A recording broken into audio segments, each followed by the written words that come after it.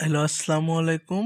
Technique Bangla একাডেমির পক্ষ থেকে আপনাদের স্বাগতম।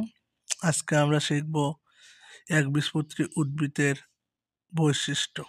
তাহলে শুরু করা যাক।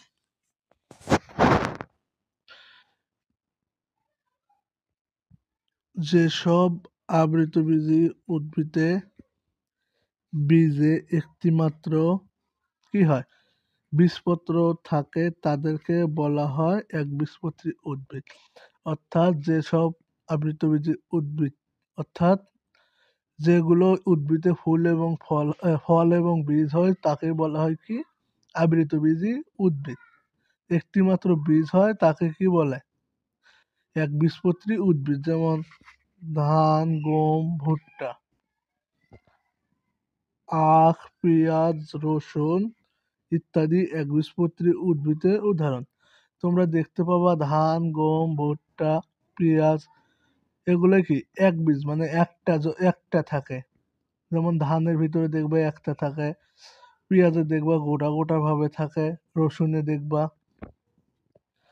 একবীজপত্রী উদ্ভিদের শনাক্তকারী বৈশিষ্ট্য। আমরা কিভাবে একবীজপত্রী উদ্ভিদ চিনব? বীজে এক পত্র একটি থাকে, অর্থাৎ দেখবা যে একটি শুধু পত্র থাকে। অবস্থানিক মূলে গুচ্ছের মূলতন্ত্র গঠন করে, অর্থাৎ এরা কি মূলের হচ্ছে কি গুচ্ছে মূলতন্ত্র গঠন করে। তারপর হচ্ছে পাতার শিরাবিন্যাস সাধারণত সমান্তরাল, মানে এই যে পাতাগুলো দেখবা সাধারণত কি সমান্তরাল, মানে সোজাভাবে গেছে, বাঁকা বোকা না।